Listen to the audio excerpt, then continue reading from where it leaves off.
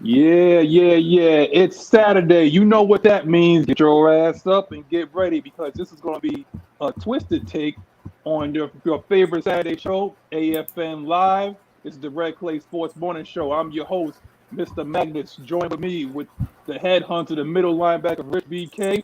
We got Twisted Torch to my diagonal right.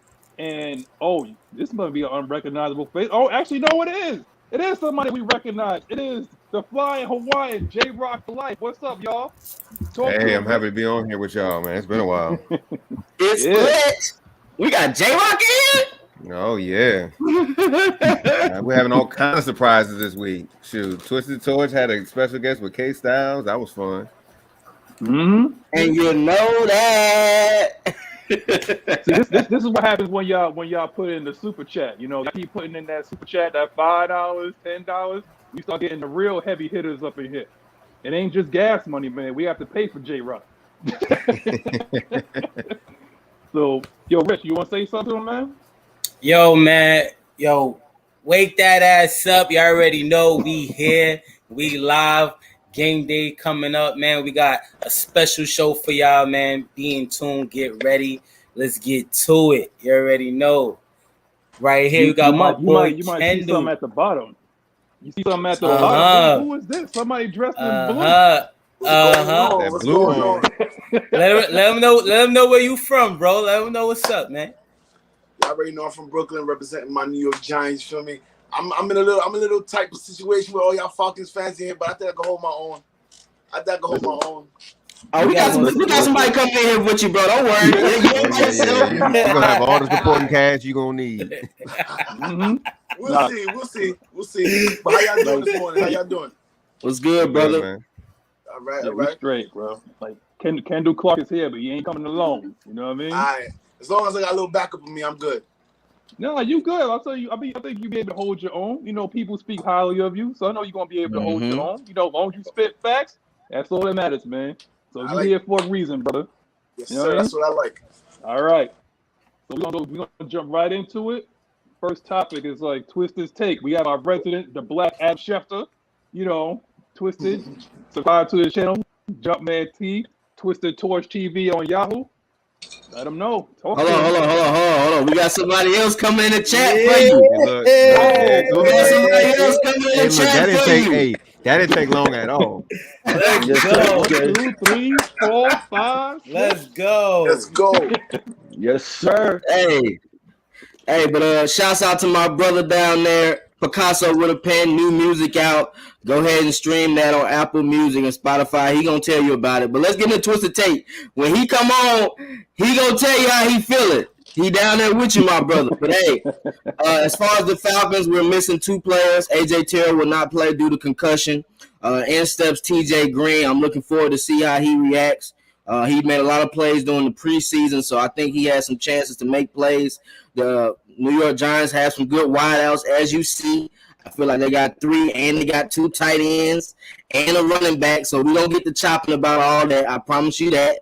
We also will not have Russell Gage. He's out due to an ankle injury, as you saw versus the Buccaneers. He was hobbling a lot, which cost us. I think, personally, you can't be hobbling out there. You got to sit your ass on the sideline. But he won't play, so it's Zacchaeus. I'm looking for more reps from you, my brother, another deep threat person. And we got the 2 tight ends. Let's use these 2 tight ends to the best of our ability. I'm hoping that Arthur Smith is able to open up the playbook a little bit more for Matt Ryan in that offense. I want to see passing and running from them, Arthur. Let's see how this matchup works. We got 2 0-2 teams looking to get a win. So in the Meadowlands, every time we play the G-Man at their home, it's a good game. Y'all remember 2015, 2013. All good games, man. Odell Beckham first year, he caught a touchdown on Trufant. That was a nasty one. That was his coming out party.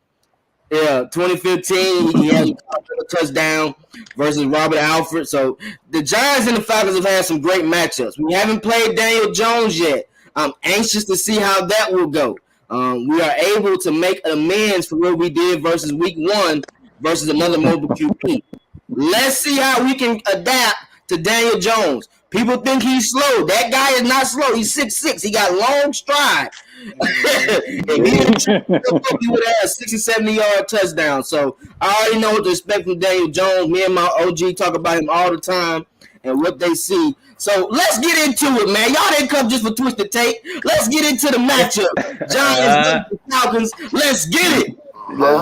Wait, before we even get into it, man. Before we even get into it, because we have us and the Giants fans have one thing in common. We both had a wide receiver that we thought was down for the cause and end up leaving. I want to know, particularly for Giants fans, how do y'all feel about Odell? Do y'all still got love for him down in New York, or do y'all? Or how y'all feel about the way we feel about Julio? You know what I'm saying? Damn, man. You put him on the spot. Who want to go first? Yo, Picasso, you can go. Oh, you go first, bro. You go first, man. Yo, man. I got love for Odell. I love what he did when he was with us. I just believe he just believed in the hype a little bit too much, you know. He wasn't really humble. We gave him the money. You know, you can't be bringing Lil Wayne on the show and then talking about your quarterback. Like, you know, that was kind of left field. And mind you, Lil Wayne is not even a Giants fan. So I don't know how that even, like where was the balance in that? You feel me? But all in all, man, he's a great player. I don't have no hate for him. You know what I'm saying? I hope, you know, he come back better than ever. He just getting over his ACL with the Browns. The Browns damn sure need him. Yo, man, nothing but love from me, man. Picasso got nothing but love for Odell. He really shined when he was in our uniform, and I like to continue to see him shine. You know what I'm saying? As a brother, you know. Unless we talk about that Packers game, we ain't want to talk about that, right? No.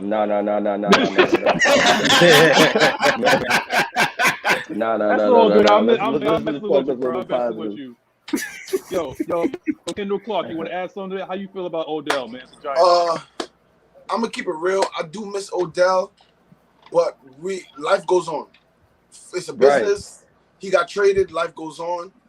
I feel like the media and certain people made him look like he was much more of a villain than he actually is. He really didn't cause that many distractions, but I mean, we're the media capital of the world, New York, so they're gonna look for anything to try to destroy you. But he's still my favorite receiver. He's still my guy. I still got him in all my fantasy leagues. I hope he come back this season and dog, but I got love for Odell. I wish we get him back, but right. One thing I must say, he hasn't been the same since he left us. So I'll take it. I'll take it with a grain of salt. I mean, you might be able to get him back. You know what I'm saying? Like Cleveland, they look like they doing work without him. You know, so you might. But it looked like they counted down at 3. I see red and white, but it's not Falcons colors. It looked like that's the Giants alternate colors, man. What is this right here? Let me know where you from, bro. Let them know what's up.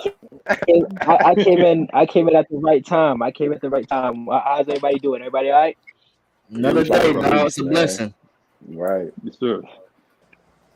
So the topic was, bro, like, how do you feel about Odell? Before we get into like the matchups and whatnot, it's like, you know, we feel how we feel about Julio. It's like, how do you feel as a Giants fan about Odell? You still got a little animosity, or you straight? It's like, on to the next one.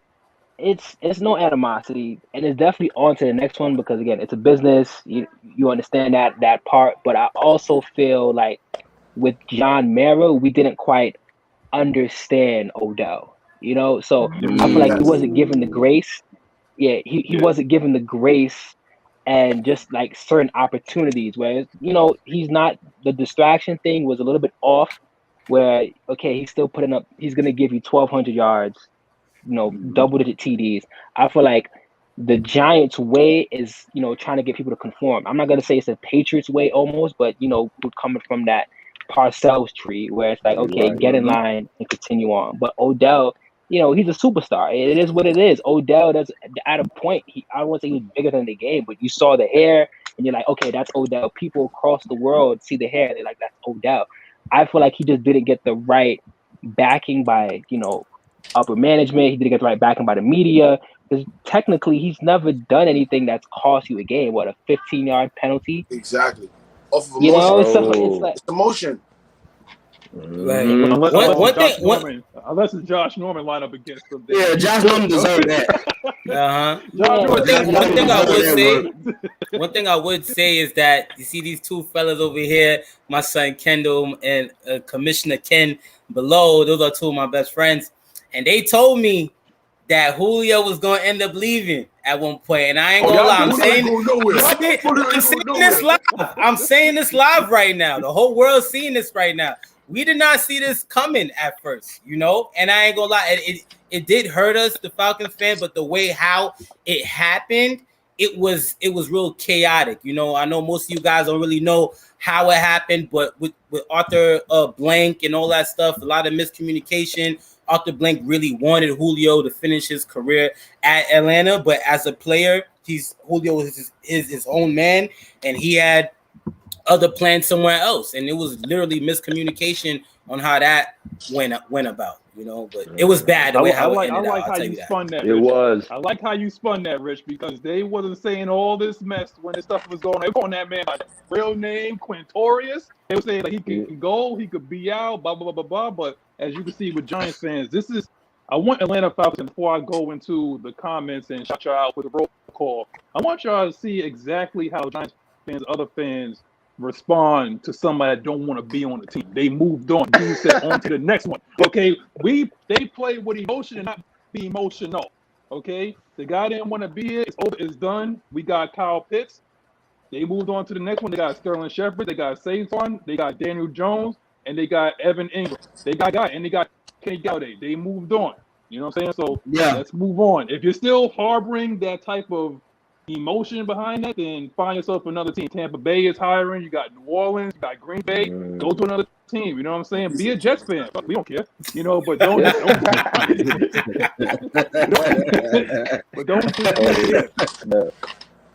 But yo, J-Rock, you want to add anything to that before we move on? I mean, the stories are really similar. I would say Odell's more of a diva than Julio. That's just my opinion. I mean, Julio did do some stuff on the quiet, but he did. You can tell, like, look what Odell was doing, like out there, like on the field, like hitting himself with the goalpost, like he was doing goofy stuff. You know what I'm saying? Like, good player, but he just acted up, man. You can tell, like he just, like I said, he was an awesome player. But I think the real hype was it started with that catch, and ever since then, we got the spotlight. Ever since then, so I feel like their stories are somewhat similar, but it's still the same outcome. You mean they're not on the team anymore. We pretty much moved on. So we're kind of feeling how you Giants fans are feeling right now, as far as like Julio leaving us. It's like, so we gotta get used to like going into the season and moving forward. Like, hey, like we don't have that star player no more. So it's like new regime, new team. So we gotta move on. And so this is one thing. This is one thing I want to say before we get out of here. For the Giants fans here, and even people that aren't Giants fans, we had somebody who's probably the most destructive player ever on and off the field in Lawrence Taylor. Okay, all right. I don't know if y'all ever heard the Belichick stories that you've had. Like, Belichick is a stickler for being on time. Belichick, the story was, I remember I was watching it, it's him and Nick Saban going back and forth on NFL Network. Yeah, and he's like, the meeting starts at 11 a.m. Lawrence Taylor didn't get there. He goes, all right, the meeting doesn't start until Lawrence Taylor gets here. So if you can take the headache, like, I understand, the media portion, but it's like you have to find a coach that understands Odell Beckham. Like, previously, you mentioned, how, running to the goalpost, but it's like, okay, running to the goalpost, but then you're producing 1,600 yards and double-digit TDs. It's like, I'm reading the comment right now. I don't know if I'm going to go into like the super chat, but I just feel like certain players are game breakers and are worth the headache. It's like, okay, are you going to put up with Odell? Are you going to put up with Lawrence Taylor when it can pay off and they're under 25? So like that is just my thing. As somebody who's young, I'm like, yeah, I understand further on, like, okay, it takes time to mature, especially being in the limelight. The catch was great, but he also backed it up with the production. So that's all. Yeah, but Lawrence Taylor produced wins. Yeah. He can change a whole game plan. The thing with Odell is he needs somebody help to get wins. Like Eli has to get him a win. The offensive line has to help him. Lawrence Taylor can wreck a whole game plan and get you 6 sacks, strip fumble, INT, touchdown. You know what I mean? So it's just a tough situation. Then that's different era too. It wasn't as much media when Taylor played. It definitely wasn't as much media, but we have to remember Odell accounted for that playoff year. Odell accounted for like 3 wins by himself, taking a slant 80 yards. You know, the defense was doing its thing, but Odell would take a slant 80-something yards, and it's like, okay, we've never seen it before. Odell is making it, taking a reverse and, running it 45 yards. So it's like, yeah, you need your team, of course. And LT, of course, LT needed Belichick. He needed the stunts. He needed, to be in that DE, that outside linebacker position, So, again, it's not like basketball, baseball, where it's just only you. You just need the proper components and the proper pieces. So, again, like y'all already see, I'm of the mindset where everything has to come, everything has to be right. Like, just for you guys, like, you guys have Julio, right? You guys had Julio. I believe Julio should have been used in the red zone a little bit more, like just the percentage. If you're looking at it, if you're looking at the numbers, he wasn't targeted. We know. I mean, Julio was on like a pitch count. Julio was on a pitch count. But I will say this: Lawrence Taylor, LT is the reason why LTs get paid. So Lawrence Taylor is the reason why left tackles get paid the money that they do. Yeah. Okay. He revolutionized the game for sure. When you can break somebody's leg on Monday Night Football, break somebody's leg on Monday Night Football, you already know. I was about to say that. I was about to be like, yo, he said, you know what I'm saying? Lawrence Taylor only needed cocaine, man. He didn't need Belichick. He didn't need none of that. Just give him some coke. He was in there. He was wrecking everything. He's a madman. You know what I'm saying? Let's keep it a stack. You know what I'm saying? Oh, he exposing the truth. Okay. Yeah, it's facts though. It's facts, bro. Yeah, he needed coke, man. That's all. That was a different era, bro. Yeah, different era. Yeah. Different era for sure, bro. That's when football was football, not now. Yeah. We can lay helmets out back then. Yeah, you had to worry about no pads. Your cats personal fouls and stuff like that. They were clotheslining people back then, bro. About 3 seconds after the quarterback that threw it in the air, they was getting clotheslined, bro. You already know. With the one bar. With the one bar. I tell you. Right. We're gonna move on. We're gonna move on to the next one. We got 2 0-2 teams right now. Bart Scott on ESPN Radio. Y'all already know how I feel about ESPN, but Bart Scott on ESPN Radio talk about this is the bump what he says. All right, there's 2 0-2 teams that happen to be in a circumstance that they're 0-2. There's reasons why they 0-2. Okay, now, oh boy. Whoa! Yeah, the great one is in the building. Okay, you don't go to the next topic without introducing me. Whoa! On the off day too. On the off day. On the off day. Mike, what you did? You put your quarter in late, man. Everybody was playing the game. You put your quarter in late, man. We were waiting for you. Hey, man, I just came here to raise some hell. Turn that 16 size shoe sideways so I can stick it up straight up your candy ass. That's all I got to say. About them Giant fans. I'm talking about them Giant fans down there. Y'all know who I'm talking about. That's all I got to say. That's all I got to say. I'm good. So wow, he out like that. That's OG. That's OG right there. He good. My man come in, he does that Batman puff of smoke and he out. That's it. He out. That's what it is. He must got a Batman call or something, bro. He was out there quick. But both teams are 0-2, man, and it's just by a matter of circumstance.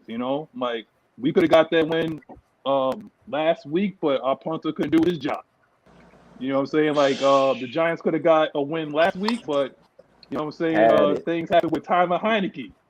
We won. We was robbed, but it's all right. Yeah, that was corny. Nah, we ain't talking about being robbed on here, man. You want to talk being robbed? 2-3 is being robbed, man. Yeah, that's that's a collapse, bro. That's we staying on it. So like, all right, so it's 0-2.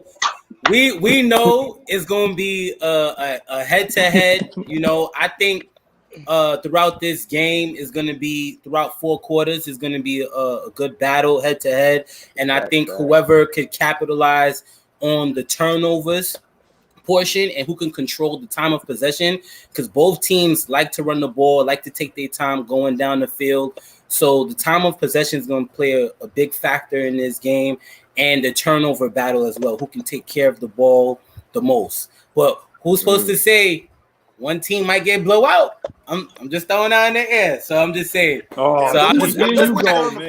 Like that, wait. I'll just pass it on. Like that. I'll just pass it on. I'm just, just saying. Damn, you call them blowout. I mean, we haven't blown them out in the previous 3 games, so I don't know if that's gonna be possible. It's been close games. It's been close games. 2023. It's close. Yeah, games. I know. I had just throw it in the air. That's all right. Yeah. But my question to y'all is 24-2 BS, you know. Except for that 24. Oh my God! Hey, don't bring that up, bro. I ain't talking season like 2 months after that loss, bro. Don't bring that shit up. I was just about to say they're retiring Eli's jersey that day, and when Eli's in attendance, I don't think the Falcons beat Eli. That's a lie. They did beat Eli. Don't lie like that. They did beat Eli. Don't lie like that.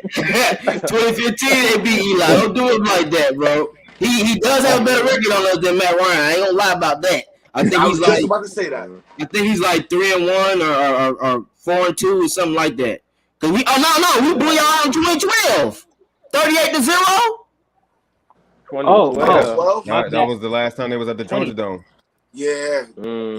Yeah. Oh, okay. Y'all want to bring that up? Okay, but yeah, Eli does have a better record than Matt Ryan, though. We ain't gonna lie about that.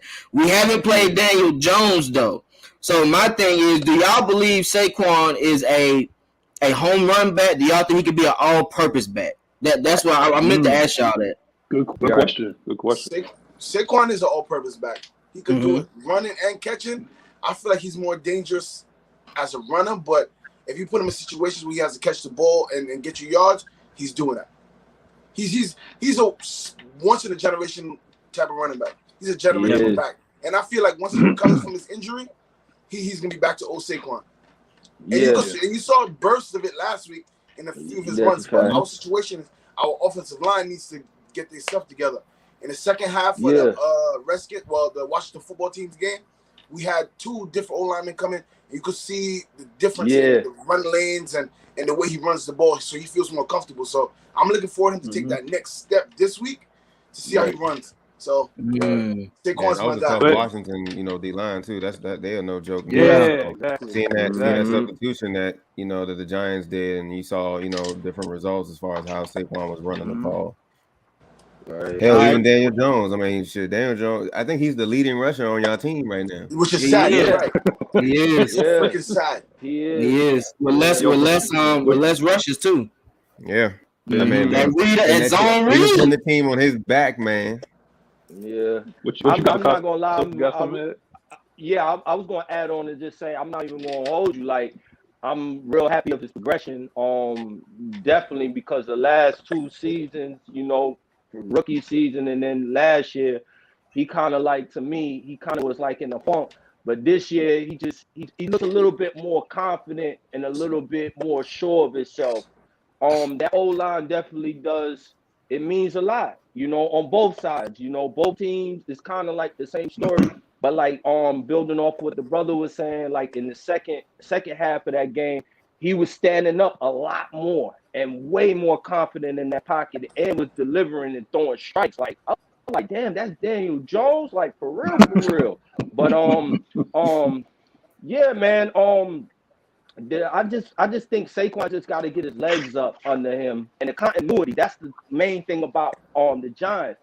Them OTAs and missing all of that, and then getting those new players like Galladay and stuff like that. Our continuity is really off. And you could kind of see it, just through the first two weeks. It's like, damn, like dude's mad that he not getting open, but you got to get open, call separation.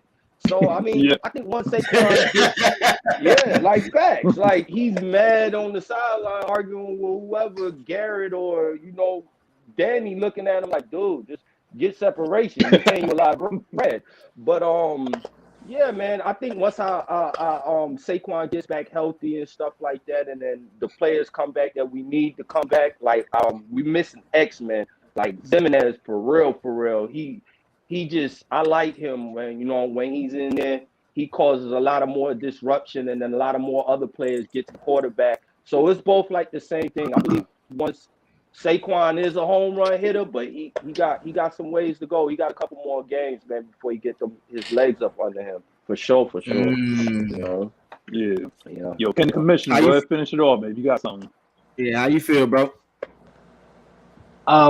For both teams, like I'm just gonna piggyback on what my two fellow Giants fans said, where it's O-line for both teams, but more so for both teams is gonna be play calling. Like I've noted, like I've watched a game and a half of the Falcons, and I watched obviously both Giants games, where it's like the play calling is that it's that decisive factor, where. Right. Horrible. You mentioned you seen Danny in the pocket, standing strong and going with the RPO, and then you get a pick with 2 minutes left, and none of that is getting ran. So I know for both teams, especially both teams with offensive coordinators who are within their second season or less with the team, you want to make the right play calls to put people in the right positions to win. So that's pretty much it for me. I was like, it's O-line and play calling for both teams. Hey, Rich, you not slick, bro. You not slick, Rich. You not slick. I see what Rich got going on. Rich like me. All my homies know Falcons football, and they know their team. I see what you got going on, Rich. You brought two great people on, bro. And I brought my homie on. See, they know Falcons and Giants. Yeah, man. We only bringing the real on this show, man. Obviously everybody in the comments, man. Shout out to y'all other teams. Everybody's more than welcome to come on this show and we could talk football, good football, all love. We just vibing, that's all it is, man. What's the next thing, Mag? We're moving on to. But I just want to say one thing, though, man. Yeah. Because, we got actually people that understand what they're talking about. See, we have a segment here called Say It With Your Chest. And so far, people that came on here, and they said it with their chest, and they ain't saying nothing. They running their mouth, and they ain't saying nothing. Like, these guys literally coming on here with information and factual information, not on just their team, but our team as well. It looked like people was up there with Encyclopedia Britannica, and it was like going through all kinds of Falcons information and whatnot. So I appreciate that. I appreciate you guys. Yeah, that's that. Look, we're both 0-2, and I think we know the situation. So it's like a mutual respect. It's like absolutely. We can say some slick stuff because we 0-2, but we got a level of respect right now. You can say slick stuff, but you can't say much. Somebody gotta get a W. Exactly. Somebody gotta get a W. Oh, not the troller. Not the troller. He's a troller. First of all, that name, I'm not going to get into it. Yeah, he's a troller. Yeah, real wild. Yeah, for that, fight for that move up. You wrong for that name, Pimp. Change that name, brother. I saw you subscribe, so I'm going to show you love, but change that name, bro. Please. But, hey, do y'all have a question for us, though, regarding the Falcons? Yo, this is. I'll defer. Go ahead. Go ahead. No, go ahead, bro. Go ahead. My question would be: is acquiring Arthur Smith what you guys expected right now, as far as play calling wise? Because in my humble opinion, I don't feel you guys are utilizing Kyle Pitts the way he's supposed to be used. Preach, brother. So, my personal opinion, I feel like Kyle Pitts should not have his hand down. He needs to be split out wide, violent in DBs. And you guys are not using him like that. You guys are trying to use him like a Jeremy Shockey or one of these blocking tight ends, which he could block, but that's not his game. So I feel, what is you guys' opinion? You're right. Who want to go first? You got it. Go ahead, J-Rock. I'll go. Okay, I definitely understand what you're saying, and I do agree with you. I feel like right now, since we didn't really play any of these guys in preseason, nothing like that. Based off what I've seen in film when he was in Tennessee, offensive coordinator, he likes to hide his tight ends next to the linemen. So yeah, I would love to see him line up like against like on the inside next to Calvin Ridley or something like that. But I don't know. I'm just curious to see what he could do. Like last week, he hit him next to a lineman, and then you saw him block JPP, which I was very surprised because I never knew that Kyle Pitts could freaking block. But then I started to realize this dude is like 6'6", 6'7", and JPP is like looking at him like trying to, I don't know. I feel like he can be used in a lot of ways. I think he's okay for right now. I think he's just trying to get comfortable. I think that's what it really is. And I think last week was like almost like a breakout. Like, okay, I can either line up or I can either line up next to a lineman and then get motioned out from there and then go when the ball's hiked. So I think they're still trying to figure out how to use him right now. But I would like to see more of him and Hurts together so then it can really cause big issues because it's like, okay, because Hurts can also line up next to lineman too and then break out too in a route too. So it's like it's different stuff that can happen, not just Kyle Pitts. So I agree with you on that one. I feel like he needs to be utilized a lot more. But I think Arthur Smith is trying to figure some stuff out of what works. Definitely. Somebody else can go. I think I'll go off that, what you call it. Oh, you want to go? Go ahead. Yeah, I'll go off that. I ain't gonna lie, Arthur Smith, these first 2 weeks, if y'all watch my channel, subscribe to Twitch TV, I've stated Kyle Pitts and Hayden Hurst need to be the X factors to be able to open up plays for Calvin Ridley. When you draft Kyle Pitts at number 4, you have to be expected to have at least 10 to 12 targets a game. And I feel like Arthur Smith is getting his groove in to use him and certain assets of the game. Because in that Eagles game, he didn't use him as much. But if you watching that Buccaneers game, he started to change his dynamic of what he expects. So when the offensive line gels much better, he's going to be able to run better plays to get Kyle Pitts open. I feel like he's not trusting the offense enough, and then Matt Ryan is flustered because every time you look, it's somebody already touching his leg, touching his hand, and he can't even look for Kyle Pitts like that. No, that's true. Those 2 deep plays he had versus the Bucs, though, when he had time, Kyle Pitts was wide open. It's like, damn, this motherfucker he can't be guarded. You know what I'm saying? So you have to find that mismatch and go with Kyle Pitts first. I understand you want to get that running game going. Shit, I do too. I want to make sure we can run the ball too. But you have to make defenses know we're going to throw the ball to Kyle Pitts. Right. And let me back you up on that one. That's why I feel like how Arthur Smith is using him. He wants to hide him. Because everybody knows, like, oh, when they see Kyle Pitts is on the line, they're like, oh shit, like, all right, let's recognize a little bit. That's why I feel like they're trying to hide him a little bit. Because I feel like if they hide him, he's not really gonna be. I feel like either way, he's still gonna be a target to look at. It's still like watch out, like he's on the line. But I see what you're saying, Twisted, because when he was on that line, I mean, of course, when they were sending 6, we had to use him. We had to use him for blocking. We had nothing. Nothing. But on those 2 routes, though, you saw that 40-yard play and then that 30-yard play. Like, he's able to – once he's able to get in space, he can make plays. Right. He's got to find his spots. He's just getting used to it. Yeah. He's going in slow because he's a rookie, I think, too. Like, he wants to make sure he doesn't get flustered too fast. And, shit, we ain't seen Kyle Pitts drop a pass yet. Yeah, that's a fact. And you know what's so funny? I believe some of us were talking about it, too. You know, a lot of people don't realize how that Florida weather is, and it can be like real humid. Kyle Pitts is from Florida. That shit didn't bother him. So I'm looking forward to a lot of seasons where he can like just go crazy because he's used to that weather. X factor. Yeah. Nah, I think y'all X factor. I think y'all X factor is Kyle Pitts, but Cordell Patterson, he didn't look too shabby, man. I wonder why y'all went away from him. He was really producing.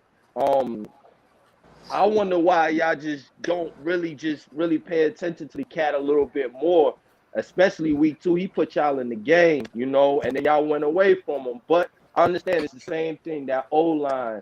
Everybody's scrambling, and Maddie had happy feet. So I totally get it. He had to have the tight end block for him and stuff like that. Yo, Cordell, man, that was an awesome pickup. When I seen him at the I looked at Twitter like, yo, y'all got Cordell passing? He was like, yeah. I'm like, damn. But I think if y'all utilize him a little bit more, I think it'll loosen it up, because as you see in the first 2 games, everybody's doubling. You know what I'm saying? Everybody's doubling Red. You know what I'm saying? Everybody's doubling him. So, you know, I think he can catch. We know he can catch, and damn sure I didn't know he can run like that. So y'all do have X factors, man. So I seen that. I'm saying I knew he could run like that though, even prior to when he was in Chicago and all this stuff. Like, a lot of people see Cordell as just a return specialist and as a receiver, and I think you're hurting a player when you're doing something like that. But you need to be careful, because being that he's a specialist returner, you don't want to give him too much of a load or too much, because, you know, God forbid, you don't want no injuries or anything like that. So you got to be careful with the load that you're giving him. Now, to address the Kyle Pitts situation, I believe that Arthur Smith is slowly trying to open up the playbook. Now, this is a long season. This is a long season now. We got like 15, 16 games, you know, left. And eventually, as you start to get into the season, you want to slowly open up the playbook. And now with Russell Gage being out, I expect to see Kyle Pitts to be utilized more in the slot. Last week, we seen that play, what Kyle Pitts was doing in the slot. Like, he led the team in receiving yards. He had about, like, I think 85 receptions or something, 85 yards for like 6-8 catches. So I expect him to be utilized more. And he even posted it this morning, like he's expecting a breakthrough tomorrow. So I know y'all seen that. And Kyle Pitts might get his first touchdown tomorrow as well. God willing. Sounds good. All right. But one thing though, last thing I'll say. But like, the same way how we seen Kyle Pitts used in Florida, like, we would want him to be used the same way. Of course, I agree with that 100%. You know what I mean? But at times, it's hard to realize, because it's college and this is the NFL, you know? And once our offensive line gets better, because right now we got a rookie left guard right now, once he's able to hold up long enough to give Matt Ryan time to throw the ball downfield, we'll see how that happens. We'll see how that plays out. That's it. Let me add something, though. Go ahead. You got to talk about it. Because what is going on with Kadarius Toney? I knew that question was coming. I swear to God, I knew that question. Yo, I was waiting. Speaking of X Factor. Yeah. I don't know, man. Yo, go ahead. Yo, I just started off. Ken, real happy. You know where he's at? Say that again. My man can't get on the field. So, like I was talking to Rich yesterday about it. I know during training camp he had like a death in his family. Then he caught COVID, and then he had like a foot injury and a hamstring injury. So that kind of hampered his whole offseason. But in the beginning, like the first game, I saw how Jason Garrett wants to use him, but I feel like we should have used him like that. We're using him more of like a jet sweep guy. Put that man in the slot and let that boy work. Yeah. And Jason Garrett has to go. I can't stand him with a passion. Yeah.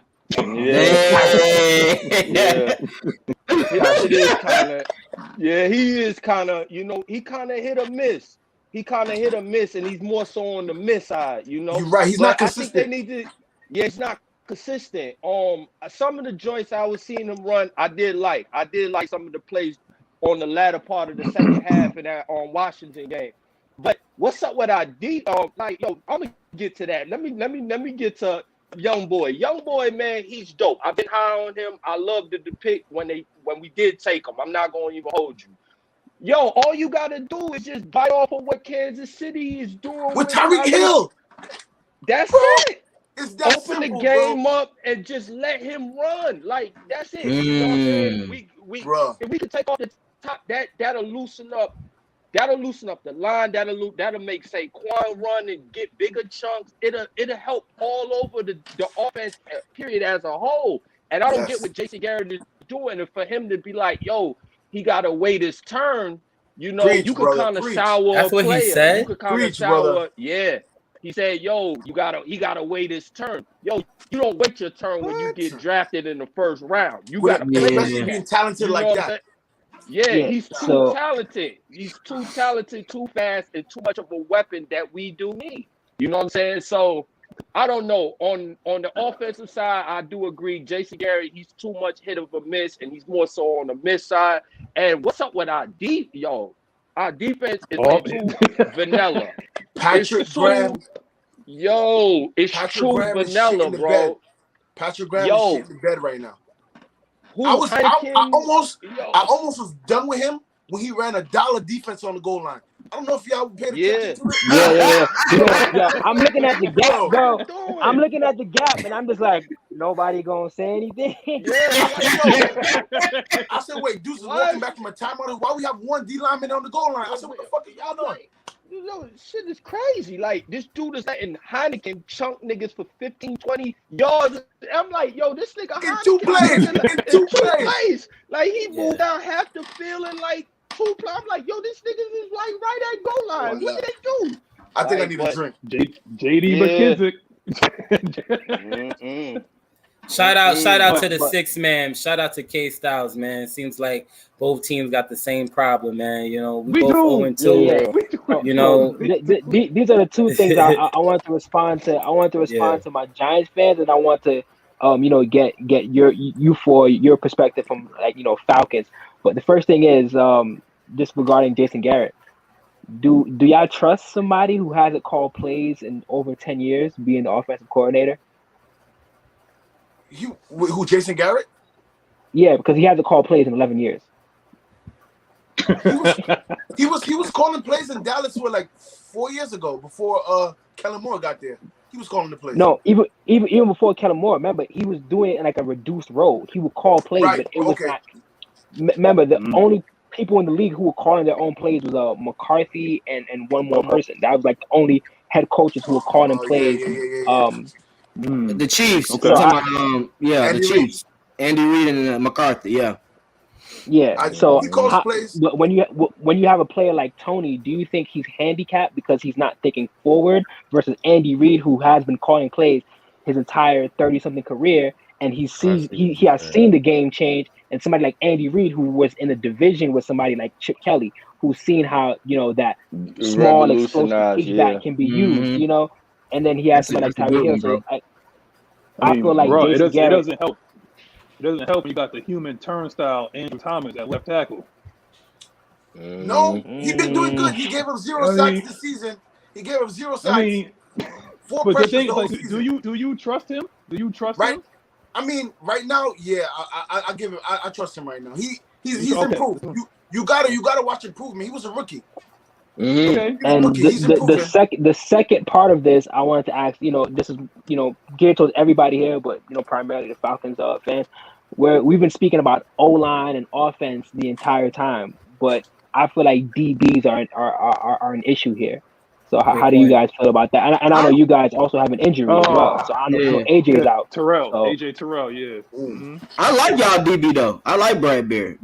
We seen him play in our division. He's had some great games versus Julio. And some bad ones. Julio scored. Anytime he's Jones, he's fine. He had some bad games when he played in Carolina. 200 yards on him. He didn't play that game, bro. He didn't play that game. Who? He didn't play. He wasn't guarding Julio in that game. They had Ben Wickery guarding him most of that game.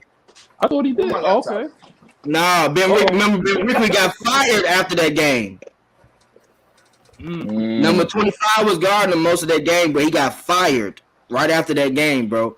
He probably was guarding the second receiver some of that game, but he wasn't really guarding Julio in that scheme during that time. 2015, 2016, he was guarding him heavy. Well, 2014, 2015, he was guarding him heavy. For the most part, to being that AJ is going to be out, so expect to see number 39. That's TJ Green. He's typically like a hybrid, like a safety type / corner type of dude. But our DBs is like right now the way how Dean Pease is running his defense. Everybody is like versatile. Everybody got to know the ins and out of safety, nickel, and corner. So like a lot of guys is being rotated within that field. One thing I just want to make sure, because a lot of these guys used to tell me, yo, man, AJ Terrell sucks, man. AJ Terrell, you know, is terrible. For the most part, coming out of the draft, it seems like AJ Terrell was definitely the best corner coming out of draft. When you see what Jeff Okudah is doing in Detroit, he ain't do shit. He got hurt. I ain't trying to wish no injuries or something. Like, he got hurt, but he ain't really do nothing. And y'all seen last week, AJ Terrell saved us 2 touchdowns or 2 big plays, giving up his body. You see the type of player he is, giving up his body just to, you know, make plays. So I'm tight. He not playing tomorrow, but we'll see how our backup do. I'm actually looking forward to the 3 safety set this week because they started to run that when AJ Terrell went out with Jalen Hawkins, Hammond, and Harris. I think they might use that a little bit more to cover the weakness of not having AJ Terrell. You know what I'm saying? So that could be key. As far as the Giants, they got 2 good safeties to me personally. I like Jabril Peppers. He's a runner and he's fast. I like Xavier McKinley. I think he's coming back. Coming along. Yep. Yeah, so like y'all got some good safeties, and Bradbury can make plays with them safety. That's why I'm basing it off of. I can't base off last year where they didn't really have the secondary help to help with Bradbury. You know what I'm saying? He's taking one man and trying to cover a whole side. That ain't easy. We gotta know that. That's not easy to do. Go ahead, J-Rock. I got something to say. So, who I think is going to be our X factor for our DBs, somebody that's familiar with their division, and that's Fabian. I think Fabian Moreau is going to be the one. I feel like he could be the next. You know, yeah, he was. Is he our number? I believe he's our number 2 corner. Yeah, he dropped the pick too. I gotta trust him because he played in that division, so he knows how. You know, they work like Sterling Shepard. Because the last time we played the Giants, Odell and Sterling Shepard lit us the hell up. So, that game. That game was a war. Like, even though we did one, like that was a war. Yeah, but that was one a thing shootout. about the Giants DBs. I would say, like, your guys got who y'all knew was guy from Tennessee? Is it Adoree Jackson? Yeah, They got Logan Ryan. They got Logan Ryan too. They got Logan Ryan too. One thing I will say about y'all that I noticed, like y'all secondary group, y'all like to force offenses to throw like underneath, and that's that's one thing I saw like for the past 2 games. It's based on how that bullshit defense, man. That dude is calling like that's the dollar defense. It's the bend but don't break, man. That's what I think that's what y'all do. Bend but don't break. Yeah, so I will say, like, y'all pass rush and all that will have to do that they will have to startle us for us to do like mistakes and stuff like that. But I think y'all secondary is like well rounded. Like now that y'all added Adoree Jackson, like even though he had like his downfall year in Tennessee, but like overall I think he's a decent corner. Yeah, I mean, I've been looking at how between Dexter Lawrence and Leonard Williams. Should be like between. I'm gonna tell you, between Hennessy and Mayfield is about to get baptized again this week. those two guys, you can't sleep on those 2 guys. You guys' secondary is really good, but being a fact that they run across from those particular guys, like look, Jake Matthews and Chris Lindstrom better give him some help because I don't think they block him straight up 1-on-1. They're going to have to give him some help. And I'm gonna like tell you're not you, gonna be able to block him 1-on-1 over the course of the game. One player to look out for is our rookie. I could never pronounce his last name. Ojulari.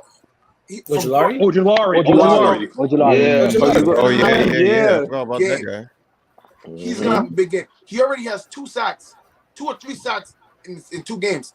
He's gonna be a problem. He's gonna be a key factor in this game. Definitely. And y'all know Leonard ain't got a sack yet, right? So he's licking his chop trying to see who he gonna get his first sack on between Mayfield and Hennessy. Yo, listen, I don't know what it is with y'all Giants drafting these dudes with these last names, but man, they be a freaking nature. You got like wild last names. But look, check this out. This year, This year we got Yeah, somebody. King We got somebody named Ogundeji. You know. Mhm. Yeah, that Oh, sounds like a that's another Giants one. player for sure. Nah, I like him we got too. Diggy Zua. Mhm. Yeah, that sounds like Oh, the Bro, Giants it, are I mean, freaks, if you man. got a long last name, that means you can rush the passer. That's what it means. Word. Right. Right. Word. That's what it means. It don't matter how long your last name is. If it's more than 5 letters, you can rush the passer, man. That's a fact. Yeah. I'm gonna But- ask Giants fans up something real quick though, because it's always something that always bothers me. Y'all won the last game of the season against Washington last year, right? Mhm. Did y'all win the last game of the season last year? Oh, that I yeah, kinda believe bumped so. you When up? Yeah. our last Yeah. Yeah. Yeah, because I was gonna ask you, like, if you had a choice, if you was to play that again, would you lose it and then get Chase, or are you satisfied with Saquon? Ooh, I mean, Chase shit. and Saquon wasn't in the same draft. I thought Yeah, they they were were. in Aren't they different in the drafts. same draft? Nah. Mm-mm. Nah, We took Andrew Chase Thomas was a rookie instead last of year. Chase. Andrew, okay, so are you satisfied Mhm. with Andrew Thomas? Hell no. I would have definitely took Chase Young. Ooh. I would have definitely took Oh, Chase Young. no comment. No comment. I'm gonna just wait and see. I'm gonna wait and see. That You dude just Chase is got a drafted monster. too. Yeah, Chase Young is definitely a beast. You know what I'm saying? But yo, everybody need a good, solid offensive lineman, man. Too. That's where the game is going. You need that. So you got to give homie enough time to kind of develop. You know, you got to give him enough time to kind of develop. You know, you can't just cut his neck off. At least he ain't Flowers. Like, come on, he ain't But Flowers. mind you, No, Flowers come is on, balling man. right now. Come on, man. Flowers is balling. Like Flowers set us back, bro. You Yeah. know, Flowers set Yeah. us back for real. And You know? I gonna say personally right feel now, we took the wrong tackle. If we would have took the Mekhi Becton dude the Jets got, we would have been in a Yeah. better position than now. Yeah, he hurt right yeah, now, And too. Nate Soldier robbing us. yeah. He did. He Robin- getting away with Yeah, free money. Yeah, Soldier Bro. is. He I'm gonna set say Daniel. though, I thought Daniel Jones was gonna die when Von Miller came off that edge. Yeah, Nate Soldier yeah. just He turned around and looked at him. He just look. He did get hit. I was happy he got up though. But Von kind of took it easy on him. You know, he didn't blast him, but Word. yeah, Soldier do gotta be a soldier for real, because we paying Word. him a lot of money. You gotta We get paying up him out a of here. lot of money for real. He need to take Yeah. that shit right back to the Patriots. I Word. mean, this game is gonna be won in the trenches, regardless of whatever happens. You know, I mean, the secondary is great or whatever, but I mean, your offensive line got their issues, and damn sure we got our issues too. So whoever could really generate a decent pass rush and be able to move the pocket and push the pocket back to the opposite quarterback's face is going to win the game. Plain and simple. Y'all got weapons. We got weapons. Y'all got defensive playmakers. So do we. It's going to be won and lost in the trenches. You know, Yep. it I sounds agree. ugly, but I think that's what's going to happen. So, what do you think y'all keys to victory is? I'm actually going to go to Ken. I haven't heard from you in a while, man. Like Commissioner Ken. Oh, no, because I'm just taking it all in. You know, I like hearing other perspectives, especially, you know, I know, like, for real, I love hearing other perspectives from different Giants fans, you know, because, like, it's easy to get trapped in your own realm, you know, like, Oh yeah. every fan is different, you know, like, That's a you fact. guys are Falcons fans, and I know there's different pockets of Falcons fans, you know, there's probably pockets of Falcons fans who are saying, you guys should have drafted a quarterback. There are pockets of, you know, Falcons fans who are saying this, that, and the third. So for me, it's always good to hear another pocket of Giants fan perspective on picks and who we should have got, who we shouldn't have got, who's going to pan out, what doesn't pan out. So I was just sitting back and taking it all in. Yeah. So what do you guys think is your keys to victory? I might as well just go in order, wherever the way how it's looking like on camera. So you want to go with Ken Commission and Casio and Kendall? What y'all think? Yeah. So first and foremost, we've been talking about this, you know, ad nauseum. O-line play. So you're gonna get O-line play. I'm gonna go offensive play calling. Offensive and defense play calling, because that whole dollar, I was not digging it. So I'm gonna say play calling, but more so on the offense, because they have to take advantage of a hurt secondary. Yeah. That is terrible. You want to take advantage of the hurt secondary, and also limiting mistakes. That goes for turnovers. That goes for penalties. So I think those 3 keys right there. Yeah.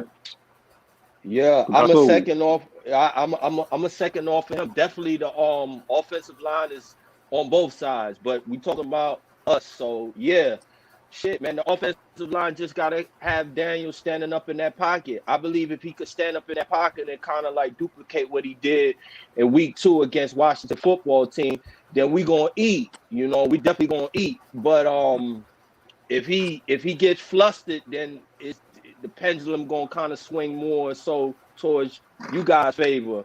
And then again, the defensive play calling, giving up chunks, you cannot do that against, especially this offense. I mean, you know, shit, the Falcons, they got well and ready players, especially from Pitts, especially from Cordell Patterson, and then Mike Davis is just waiting too as well.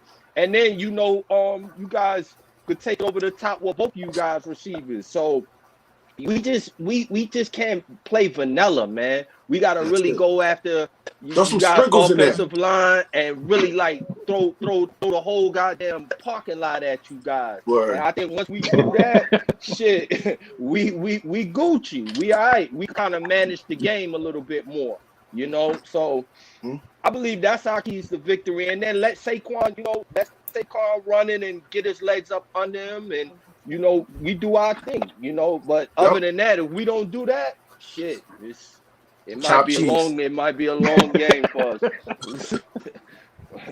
Yo, go ahead, Kendall. What I feel like the keys to victory is, I feel like whoever converts the most on third down wins this game, because both of our teams struggle in that area. Yeah, third down conversion is something both the Falcons and Giants have been struggling. I'm gonna disagree with that. Second, I'm gonna agree with my fellow Giants fans. Offensive line play. I feel like if we take Grady Jarrett out the game, we're good.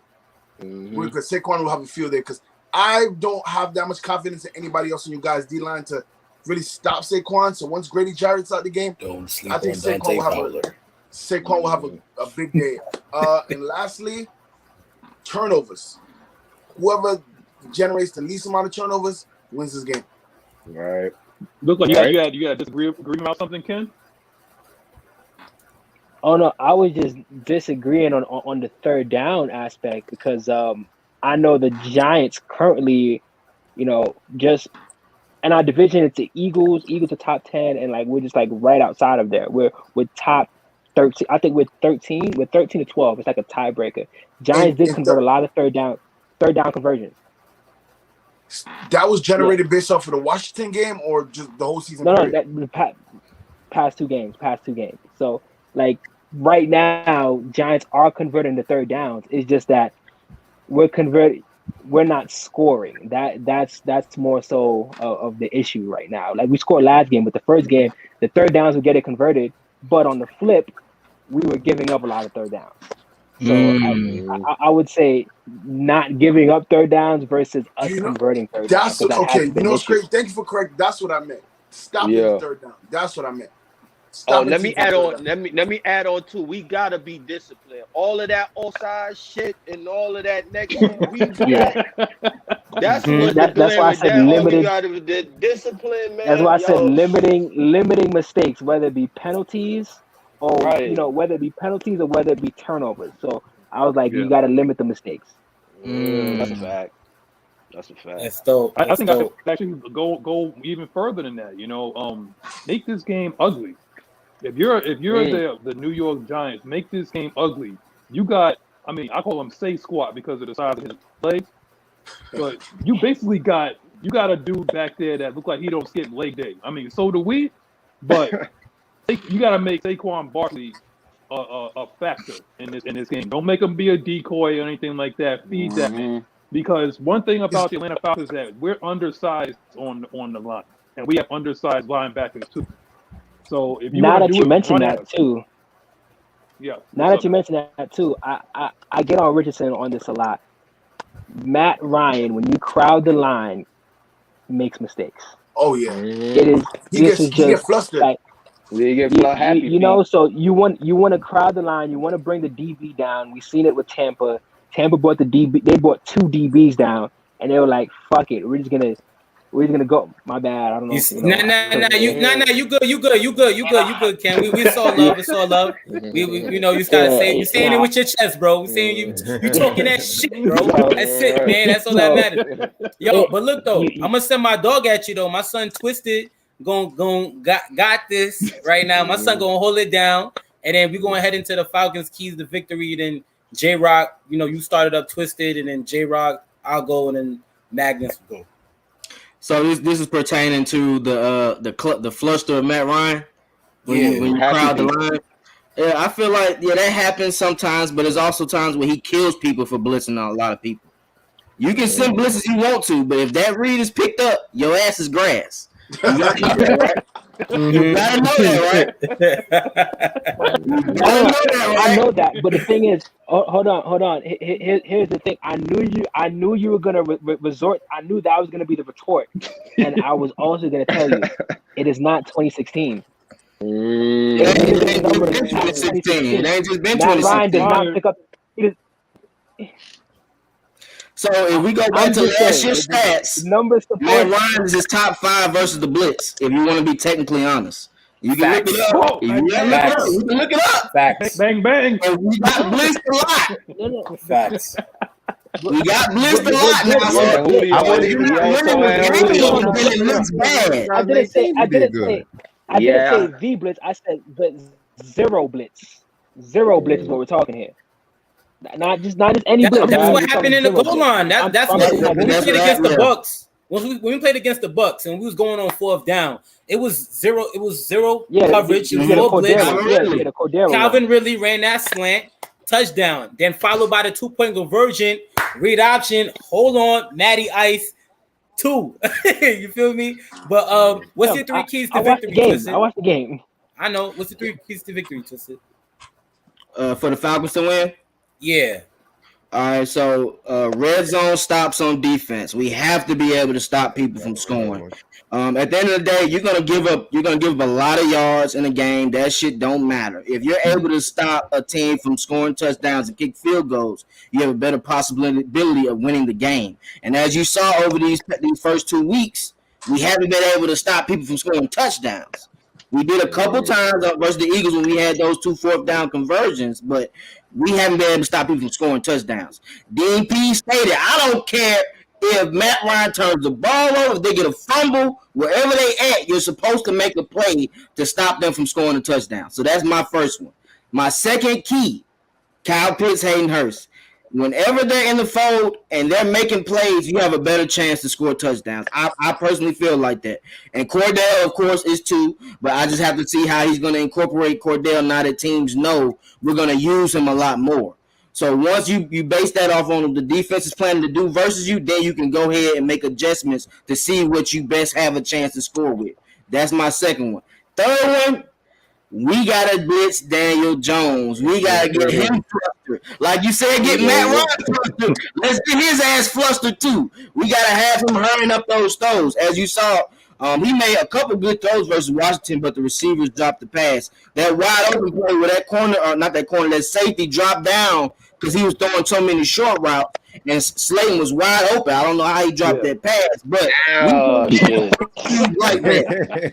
we can't have miscues like that. 9 times out of 10, if Daniel gets that same play, they're going to get it versus us. They're going to make that play versus the Falcons. So we can't give up those deep plays. Blitz Daniel Jones, get him off the spot. When you're on defense, your linebackers, D-ends, follow your cues. Do not guess. If you are meant to get the QB, stay with the QB. If you are meant to get the running back, stay with the running back. Don't switch it up because you think you're a fucking hero. We don't need heroes. We need guys to do their position and make plays. We're talking to you, Stephen Mean. What you got, J-Rock? No, Twisted said everything right. I feel like the defense is going to have to win us this game. We need to get key stops, especially in the red zone. I also want to say we need to start off fast. We can't have these damn slow starts. I'm tired of seeing that because we looking like old Falcons where we had slow starts, and then once we start to get hot, and of course we either win the game by a field goal. No, we can't have no slow starts anymore. Also, we all know that the Giants have more injuries than us right now, especially at key positions. So, like, they have what's that boy name? Y'all center now. Nick Gates. Yeah, I think he got injured or something like that last Yeah, week. he He tore broke his his leg or something like that. broke his leg. Yeah. Right. So y'all have Billy Price? I think Billy that's his Price. name. Yeah. So After like he came in, he that's was wild. Brady all day, man. Like, yeah, they should take an advantage of that. Like, he's an injury replacement, so I think Brady's gonna have his way with that. But Former other first than round that, we pick. just can't have slow starts. That's the only thing. We gotta start clicking immediately. So I'm expecting first drive. We picking up from where we left off last week's minus the pick sixes. I'm expecting fast starts in this week's game. But go ahead. Yeah, so to add on to what you were saying, J Rock, I was, definitely was gonna say that as well. Whoever can get on a fast start, mainly the Falcons. I know we like to run that hurry up offense primarily in our first drive. That's what we did against Philly and how we scored, just catching them off guard. And we need to apply that pressure on Daniel Jones to make them answer back at their home field. Right. Another thing, I would want us to see the tight ends being used in a vertical presence down in the middle of the field. We haven't seen that as much. I don't think the Giants linebackers and their linebacker core can match up with Hayden Hurst and Kyle Pitts down the middle of the scenes. So if we can shut down, moving on, we could shut down Saquon and make Daniel Jones just a pocket passer. And once we blitz him, we know Daniel Jones can be careless with the football at times, even though if he wants to scramble. Now, if we hit him good and we, make him not want to run the ball no more, it's going to cause some problems, and we're going to see more results coming out of that. And then the last thing is special teams. Last week, the Falcons didn't really do a good job in the special teams factor, pinning the offense down. So that's going to play a factor, and field goals as well. We got to execute on everything, every opportunity that presents itself. So, yeah. Great point, guys. I mean, I like that. I'm gonna piggyback off of that because I was about to say field position because that is one of the only reasons I believe that we lost that game last week because we were starting to heat up, and I believe that because of Cameron, what's his last name? Nizilik? I don't know, bro. I don't know, but if he mess up, he gone this week. Yeah, this is his time to answer back. If he don't answer back, every player has that opportunity to redeem themselves. It's only right. It's only fair. You know what I mean? So we'll see how he punts this week. Yeah, he's gonna get that opportunity again. I'm saying, depending the same thing how we did with Mayfield. So he's gonna get another shot. Because I think he was honestly in his head, bro. He was in his head last week. So I think he's gonna get another opportunity. So if he doesn't show up. Remember, we bought in a veteran punter from Kansas City. So if he doesn't show up, then we moving on to the next punter. Rich, I like you, man. And I know you're going to the game tomorrow. We both gonna be at the game tomorrow. But my son Kendall gonna be there too. You're positive right now, man. Oh shit! You see what this I got you, you, man. You see what Cam could do. I want to know because one thing about MetLife Stadium, the wind swirls. And any kind of wind and whatnot, and that's why I said field position plays a factor. If there's any kind of wind, that wind is going to mess with that kid, man. I'm telling you right now. My boy, shout out to my boy Stevie Lou. He says it. He's like, yo, that wind be swirling up in there, man. So if he ain't get it last week in the humidity, he better get it this week, because that's it. It's pretty much it. Like, his ass will be grass. Now, if I'm the Giants, do what the Tampa Bay Buccaneers did on special teams, and that's basically kick the ball out of the stadium. Do not kick that ball to Cordarrelle Patterson. Don't do it. And they play that shit smart. Don't be the first. Do not be the first. And we got Avery Williams. And you got Avery Williams, yes. I was getting ready to say, y'all Giants know Miracle at the Meadowlands. Y'all seen what Deshaun Jackson did to y'all years ago. That was the old stadium. Yeah, that was the old shit. That shit ain't going down no more. That's across the street. It's a parking lot now. That shit ain't going down no more. Because a parking lot up there. Y'all are hilarious, bro. Y'all come on anytime, bro, for sure. Yo, anytime, bro. Whenever. Number two is that if I know that Billy Price is starting, and you got I meant to ask you how y'all feel about Will Hernandez. So, I'll let my boy go first. Before I even say my point, I just want to say how y'all feel about Will Hernandez. Yeah, me Before I too. say my point. Will Hernandez, he's a curious case, man, because Saquon feels super comfortable with him. You'll see a lot of the plays that Saquon breaks open, it's through Will Hernandez. Like literally through Will Hernandez. So it's like I feel super weird about him because it's the highs are incredibly high, but the lows are incredibly low. So it's like as a Giants fan, it's just 50-50. You know, if my running back feels super comfortable behind him, but my quarterback doesn't, it's like where am I going with that? You know, he's a great run blocker, great mauler, he'll take it to the second level. Amazing. But then when it's pass protection, Suspect. you can't get lost out there.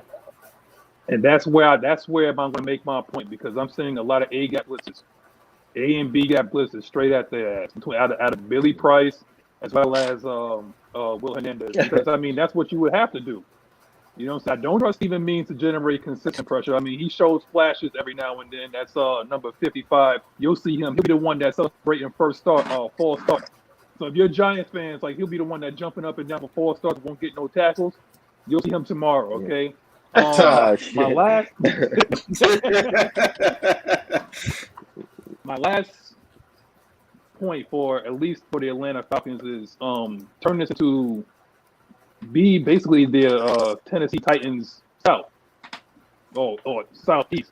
And I'm basically being, in fact, I say that is because Russell Gage is going to be out.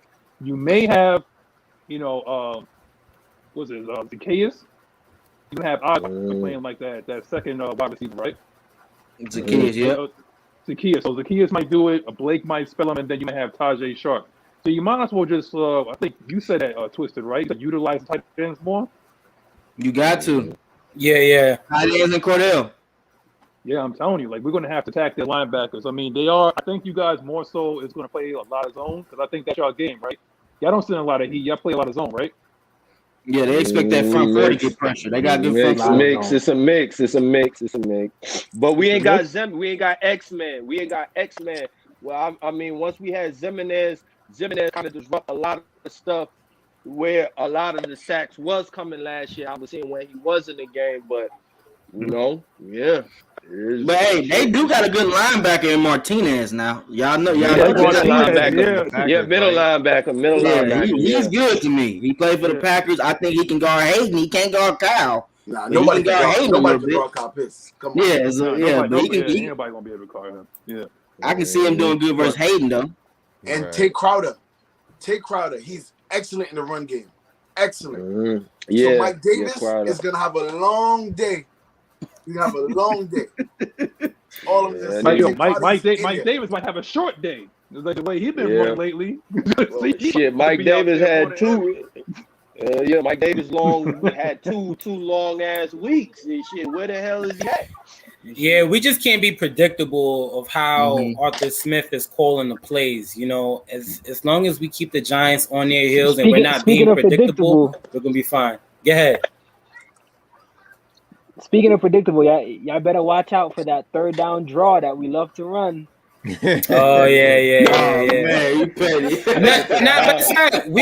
We got Foyer, Lucon, and Deion Jones. We didn't even mention that yet. We didn't even mention my boy Debo and Foyer yet. Watch out for Foyer because Foyer, he's big with that peanut punch. He know how to cause those turnovers, man. And Debo, he's playing a will linebacker this year, so he's not primarily in the middle. So when Saquon or who is it, Booker or whoever like that, who y'all got, and then third down percentage, whatever, during those key situations, Deion gonna have that on lock. You already know what he do. So we'll see how that goes. I got a question for you Giants fans real quick.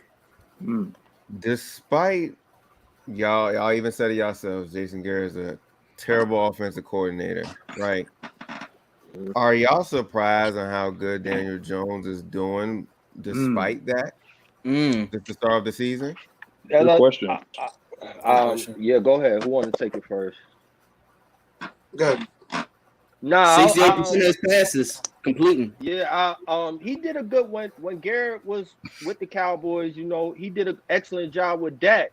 So I'm not really like I said, it's more so hit or miss with him. he does drop good little, plays, passing plays, but some of the stuff that his running plays, Saquon is not Ezekiel Elliott. He's not like going straight. He has to create and have that line, and to have a little gap for him to break. He can create off the cuff. We seen that for the first 2 seasons he was drafted. We had no offensive line. So, I mean, he just had to mix it up. He got to get out of that, traditional cowboy play that he was running with the Cowboys. That's why they were always losing and shit. So, I mean, at the end of the day, his passion is dope. I'm not the plays that he grew up for Daniel, and he's utilizing Daniel, in the run and in the passing. It's the same way he was utilizing Dak. So I'm not surprised on that half. But the other stuff, I thought he would have kind of grew from that and kind of like looked at where his average was with the Cowboys. And he didn't, because we not really doing nothing with Ingram.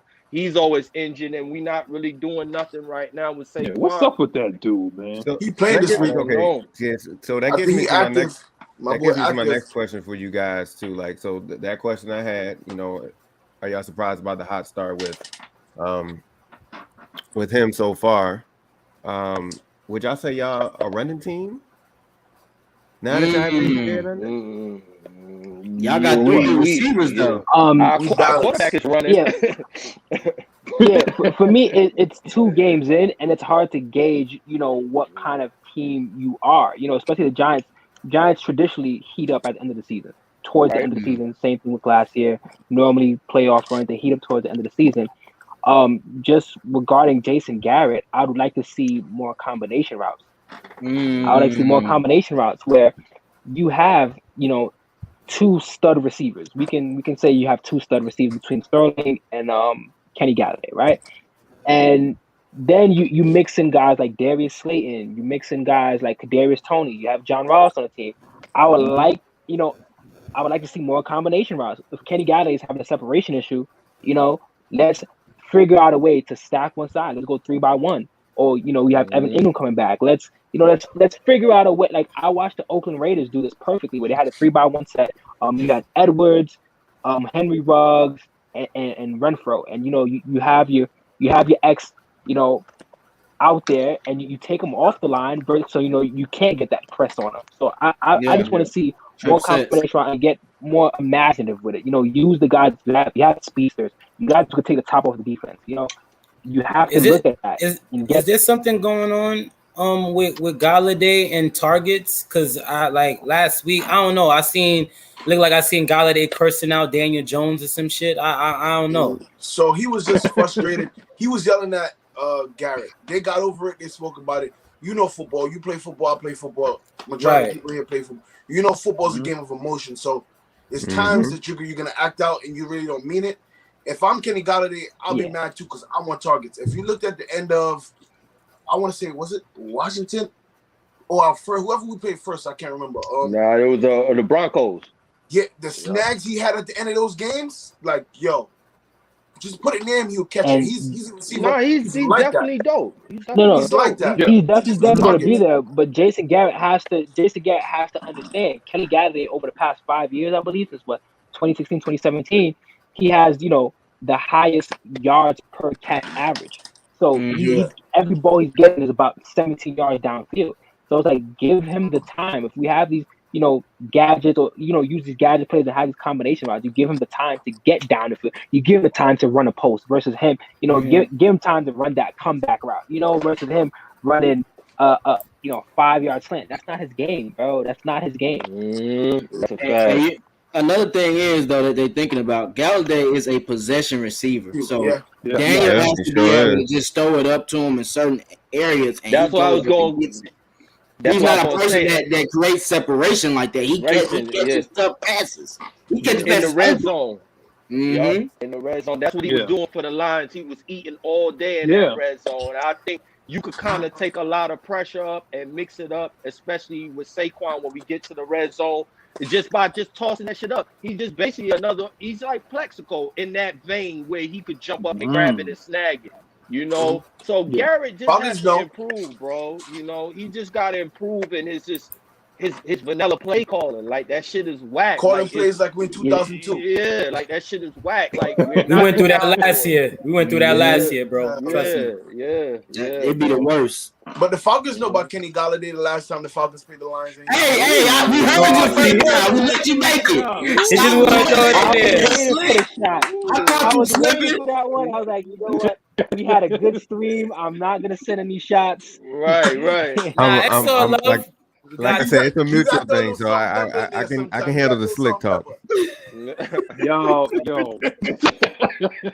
Yeah, man. All right, y'all do shots fired. I got y'all. Just a little bit. It's a little bit. I get you. It's always good talk, man. Like I said, people we be seeing in the comments sometimes. You know what I mean? But at this time, we're gonna put your questions in the comment section for Giants as well as Atlanta Falcons. Don't make it just like one-sided. If you want a way of scouting the competition, we have 3 guys right here that's very knowledgeable, that understand the position, understand football. So we got one question right here from Eric McDowell. What's up, brother? We always see you every week, man. My brother. Do you all think that we can benefit from a position switch from Gary and Mayfield? Lord have mercy. Who want to take this first? Rich? I'll take it. I don't think so.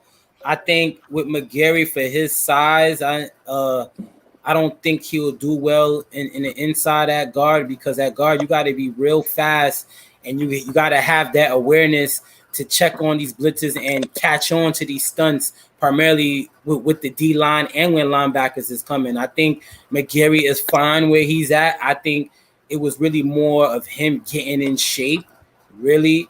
And I think some Falcons fans need to be patient and relaxed with McGarry. Like he showed exactly, he had an injury, had a little heart condition, all that extra stuff. I think he's fine. He just gotta cut that damn hair. The fuck he growing his hair for? I told you about that shit before. Shit. Like I don't know who the hell he think he is, but he need to cut that hair. But besides that, McGarry is fine where he's at. That's all I gotta say. Yeah, I'm straight on changing that, man. Mayfield has to get his reps in, and at the end of the day, we might have to move Mayfield to right tackle 3 or 4 years down the line if Caleb McGarry doesn't pan out. So let's just see how these guys gel, man. It's week 2. It's a new offensive scheme, a new offensive system. Let's see how they work their way into it.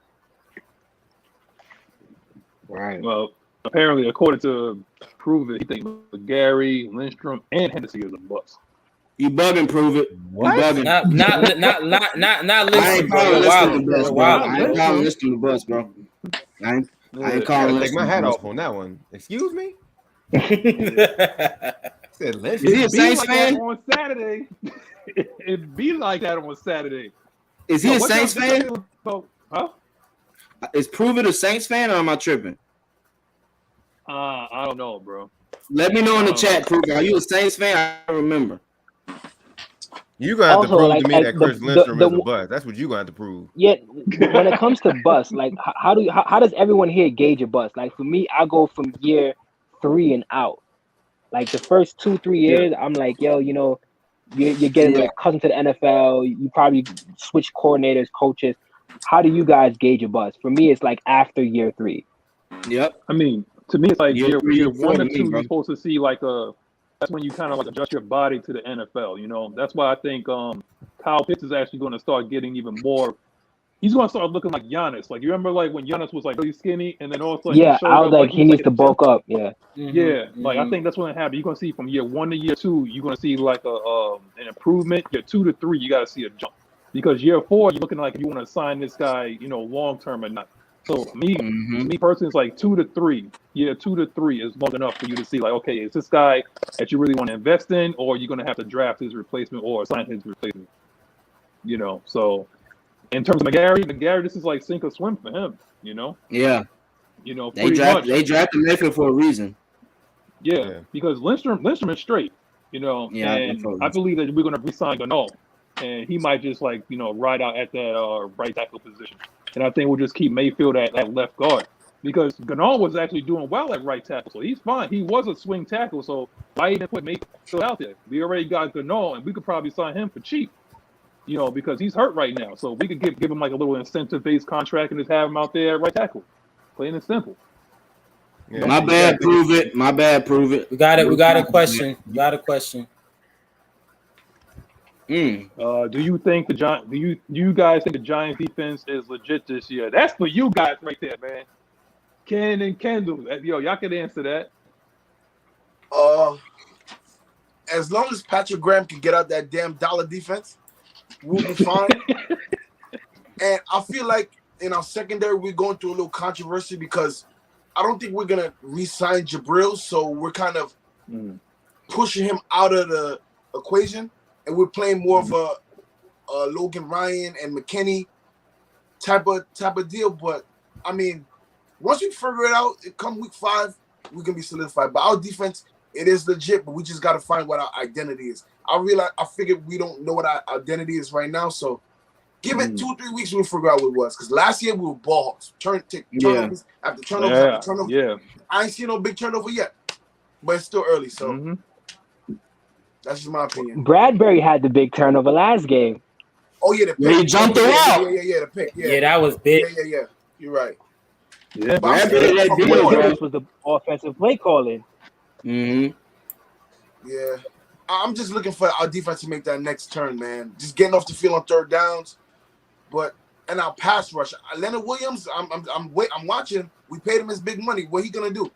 He had a big season last year to get this contract, so I'm just looking at him to take that next step this year because his biggest problem was before he could never get the sack.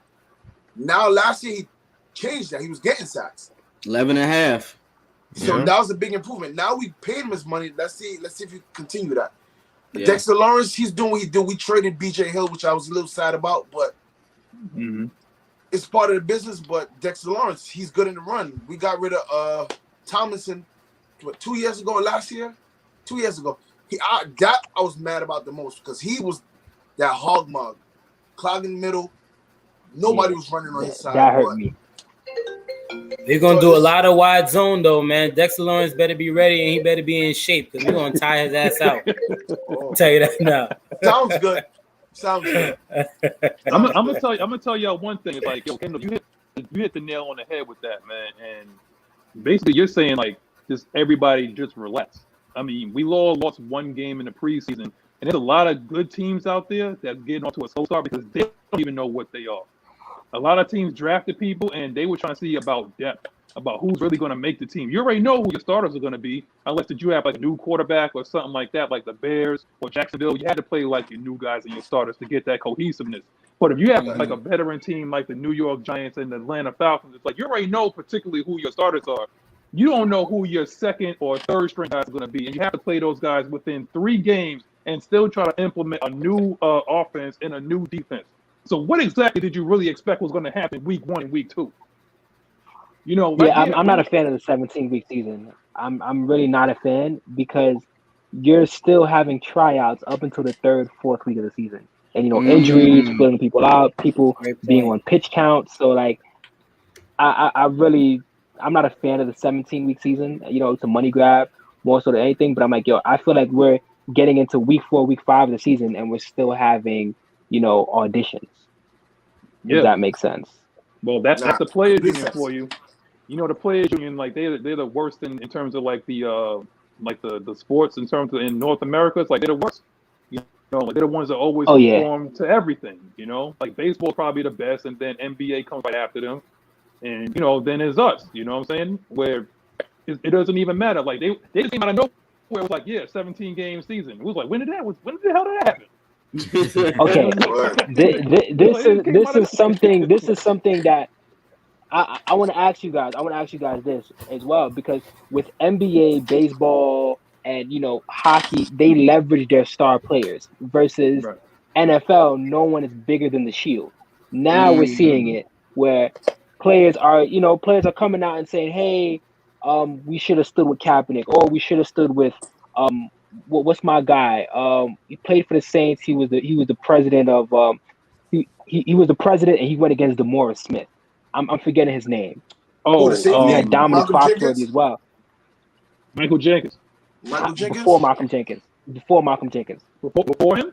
Before Malcolm Jenkins, because you had Dominic Foxworthy, and you had all those guys there Where do you feel like, again, NFL, we have so many football players that you can plug and play pretty much, but do you feel like it would make an impact if you had somebody like Brady step up and say, hey, I'm not playing for this? Because for me also, I like, just from understanding business as well, you have to leverage that star power. So I feel like when you in football, when you have people taking the break and not leveraging that star power, that hurts your contractual agreements later on. So I just wanted to know how you guys feel about that. But this is what happens with that, because you see how they leverage star power. Remember how like last year everything seemed so fun and everybody was having a good time and players were celebrating and whatever like that, and then all of a sudden this year you see all this no they dropped the taunting. hammer on a taunting rule, right?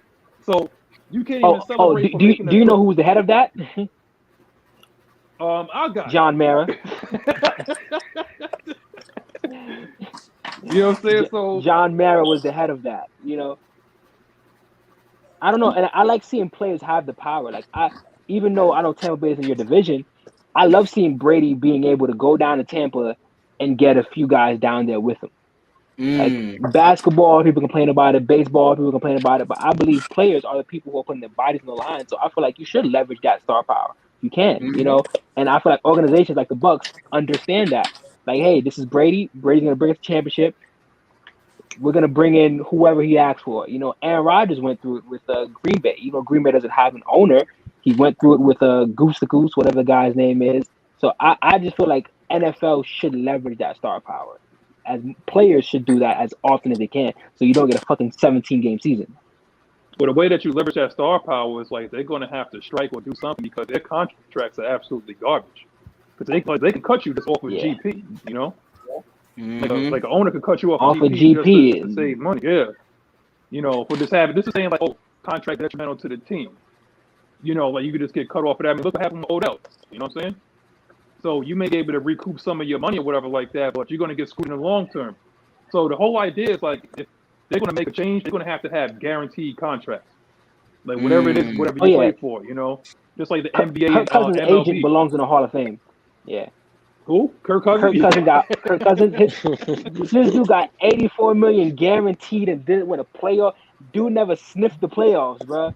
And he had $84 million guaranteed. I was like, that's what happens when that's like basic economics, supply and demand. The Minnesota Vikings always had a great defense and never had a quarterback to get them over the hump. It just so happens, what's his name? Like your boy just happened to become a free agent. That's what happens. You become free. You can negotiate against yourself. But don't forget, Washington, I think, franchised him like 2 or 3 times before that. 2 straight years. Yeah, so he was getting market value before that, and then got the $84 million guarantee. So that's basic economics. That's wild. He robbed them blind. That's wild. What's that question down there? It says he doing all right this year though. Do you guys think question, the Giants right? can win the NFC East? That's Eric McDowell. He said, "Do you guys think the Giants can win the NFC East?" Honestly, I hope y'all do because if the Cowboys win, Cowboys fans don't know when to shut the hell up. So y'all better win that NFC East, man. Don't get me started with Cowboys fans. Yeah, that's a different. I feel like anybody in the NFL can talk delusional. about that. Yeah. I'm about to be like Stephen A. Smith to Cowboy fans. I can't deal with it. I can't deal with them. Yeah. But as far as the Giants They winning the delusional. division, being realistic with myself, I don't see us winning the division, but I can see us putting up a dogfight in a wild card match. So us winning the division realistically right now, the way we playing, my opinion, honest opinion is nah. The way we playing right now. Mm-hmm. And I'm saying that you see how Ken was saying earlier, he's not really a fan of the 17-game season, and this is why they put this in place because of situations like that. So wild card and all that stuff where guys gonna have to play that last game. You're not gonna be able to rest your starters the way how you might think. And the last few weeks of the season, this is gonna be crazy. It's gonna be, skeptical. Exactly. Guys gonna have a chance. The team's going to need somebody to lose. What you gonna say, J-Rock? So funny about their division though, and it's every year. See, y'all can afford to go down 0-3. That won't bother y'all because that's just how y'all division is set up. Anybody can win that division. Unlike us, no, we can't afford to go down no 0-3. It's just y'all division is always up for grabs. It's always, oh dang, we expect Washington to make it. Oh snap, then the Cowboys and then, oh snap, the Giants. I feel like it's Philly, anybody. Mm-hmm. It's never the same. The same team don't, that wins this the don't division. make the Cowboys make it. And if they do win the division, it's what 7-9. It's up for grabs. That's what's like y'all can afford to go down 0-3 and still make the playoffs somehow because that's just how y'all division are. But based on how y'all schedule is, that's a different story. See, J-Rock I feel like they can win division games, though. I feel like they can win division games, though. In all honesty, I think they can compete with the Giants, Cowboys, and Washington. Yeah, I feel like I can definitely win those. Yeah, they all have weaknesses in a sense, and I believe the Giants can take advantage of their weaknesses. Competitive in some way. Yeah. We're gonna see. We're gonna see how Jameis Winston and Sam Darnold pans out. You know, we're gonna see them soon. But because I know a lot of people don't expect us to win division at all. But you know, we're gonna see the Bucks again. You know, we played a good game against the Bucks, so they're gonna come back to us. And we Dean Pease know how to attack Tom Brady. So and the Bucks definitely was panicking. I know you mentioned it a lot, Twisted, on your show when you was talking about when you was covering the Bucks game. But we'll see how it pans out in our division with Jameis and Sam Darnold. Yeah. Hey, shout out to the G-Man, bro. Shout out to the G-Man. I shouted y'all out a lot in my video I did last night, so y'all check that out. I brought up all the key factors and the players y'all talked about. So I'm already up to speed with the G-Man based on my boy down there, Picasso with a pen. But we got a show coming up. Mad Mike is on another show, so let's give everybody in the chat an applause for being on with us for an hour and a half. Appreciate all the G-Man for joining us, man. It's a blessing to have 3 straight G-Man show up. That's what I'm talking about, bro. Let's go ahead and finish it off, man. Always invited back, man. Yeah, so back. Don't even matter, so we'll do this. So we'll do score thank predictions. You guys for the hospitality, man. Yeah, of course, bro. So we'll do score predictions and final thoughts. So I guess we'll start it off with with the G-Man. Y'all can head off. We start off with Picasso, Ken Commission, and Kendall, and then we go from there. All right, yeah, man. I think it's gonna be a dope game. Like I said, it's definitely gonna be entertaining. Hopefully, it does be entertaining. Or hopefully, it don't be like no snoozer like that Thursday night game. But yeah, it's definitely be a dope game. Both of us is kind of like, I believe one team, it's kind of like the arrows is pointing up in our favor more so because we got that youth behind in that pocket, and we got players coming back off of injury and getting more healthy, and then we kind of like building our continuity. We got to work out a little few kinks with this discipline. On you guys end of the field, I think y'all fans is kind of like where we was at with Eli, you know what I'm saying, a few years ago and stuff like that. So I'm gonna ride with my team, though. I'm gonna keep it short. I'm gonna ride with my team, man. I think we're gonna do what we're gonna do. I think that O gonna go. We're gonna be 1-2, and we're gonna be in that fight, but it's gonna be a good game. Both of the teams got similar to the same problems as far as the offense and on the defensive side of the field, but I'm gonna ride with my team. G-Man all day, every day. Yes, sir. What's the score? The score? Shit. Oh, wait. 21-14. 21-14. So defensive game. Yup. 21-14. Yeah. Okay. Yup. 21-14. All right. Go ahead, Commissioner. That's a pretty low scoring affair. I think Evan Ingram coming back, that opens up a lot of running lanes because you guys have Deion Jones and you guys have the other linebackers out there. I feel like they're gonna try to bring those linebackers out with Evan Ingram out there, and you also have what's my guy, Rudolph out there as well. So I think we're gonna see a lot of twin tight end sets because that opens up the run game, and that also it does well for the RPO. So I believe that is gonna help Saquon tremendously, and I think 35-30 Giants. Ooh, barn burner. Wow. Okay. Kendall? That's somewhat the ballpark area I was going with, but my final thoughts on the game, I feel like it's gonna be a tough game both sides, but I feel like whoever stops the opponent on third down the most wins the game. And whoever could capitalize on turnovers wins the game.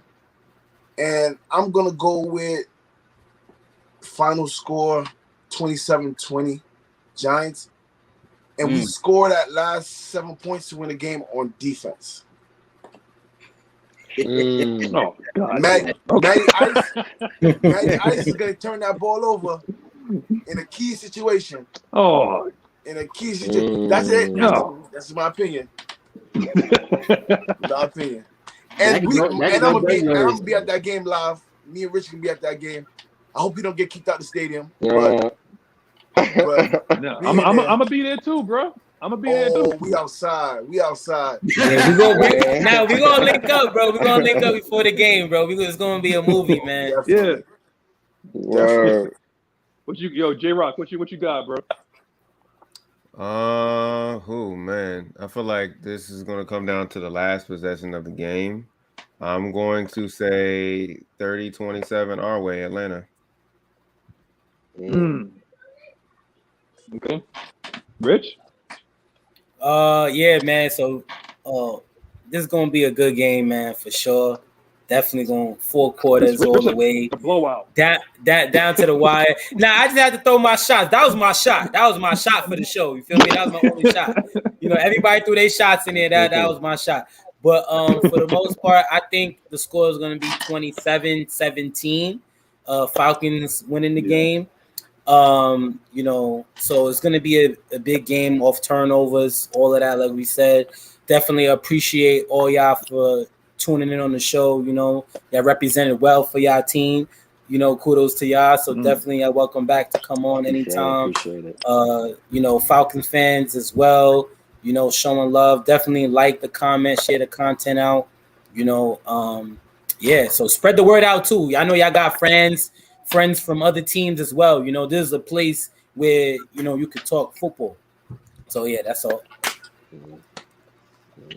Yeah, that's the fact. So I'm gonna go and I'm gonna have Twisted. He got the biggest follow. I'm gonna let you end last, man. You gonna get the mic for today, man.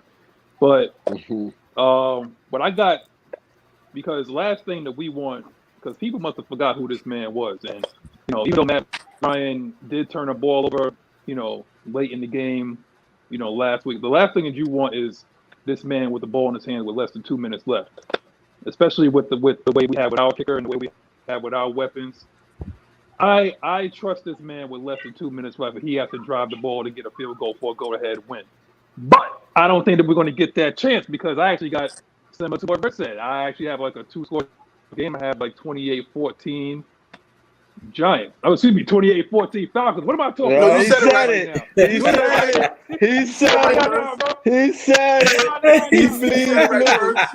He bleed blue. Somebody getting real too excited for the game tomorrow. hey, no. You know what it is though? You actually watching the game in New York. I think that's what it is.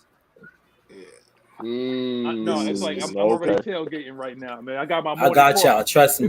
Right. Wow, today, bro. 28-14 Falcons. Nah, Picasso, you ain't getting that, man.